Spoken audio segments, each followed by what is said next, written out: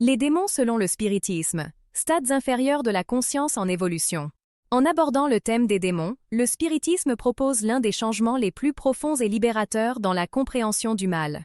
Contrairement aux conceptions traditionnelles qui présentent les démons comme des êtres créés pour la perversité et condamnés éternellement, le spiritisme enseigne qu'il n'existe pas de démons en tant qu'entité essentiellement mauvaise, mais des esprits encore imparfaits, à des stades inférieurs d'évolution morale. Selon la doctrine spirit, tous les esprits sont créés simples et ignorants, avec le même potentiel de croissance. Les différences entre eux découlent de l'usage du libre arbitre au cours des expériences vécues.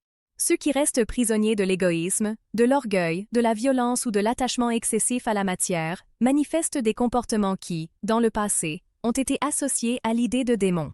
La psychologie profonde moderne aide à comprendre ce concept. Les comportements destructeurs ne surgissent pas d'une essence maligne fixe, mais de conflits internes, de traumatismes, de peur, d'ignorance et d'absence d'intégration émotionnelle. Le mal n'est pas une entité indépendante, mais un état transitoire de la conscience, résultant d'une immaturité morale.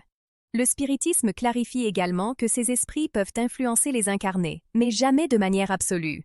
L'influence se produit par affinité de pensée et d'émotion.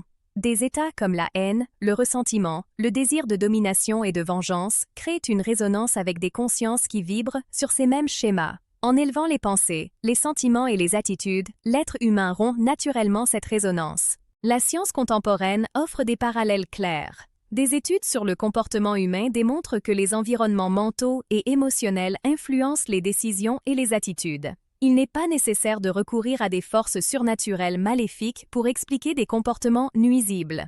Le spiritisme élargit cette logique au domaine spirituel, en maintenant toujours la responsabilité personnelle comme élément central. Un autre point fondamental est qu'aucun esprit n'est condamné éternellement. Ceux qui se trouvent aujourd'hui dans des états inférieurs de conscience sont également destinés à l'évolution. La souffrance qu'ils éprouvent n'est pas une punition imposée, mais une conséquence naturelle du déséquilibre intérieur. Au fur et à mesure qu'ils apprennent, réfléchissent et souhaitent changer, ces esprits abandonnent progressivement ces conditions. Cette vision élimine l'idée d'une lutte éternelle entre les forces du bien et du mal. Le mal est compris comme l'absence de bien, tout comme l'ignorance et l'absence de connaissance. Là où il y a conscience, il y a possibilité de transformation. Il n'existe pas d'être destiné à l'échec définitif. Le spiritisme, en redéfinissant les démons, retire la peur et introduit la compréhension. L'être humain cesse de craindre des entités extérieures et commence à observer ses propres pensées, émotions et choix. Le véritable combat n'est pas contre des démons invisibles, mais contre ses propres imperfections encore non surmontées.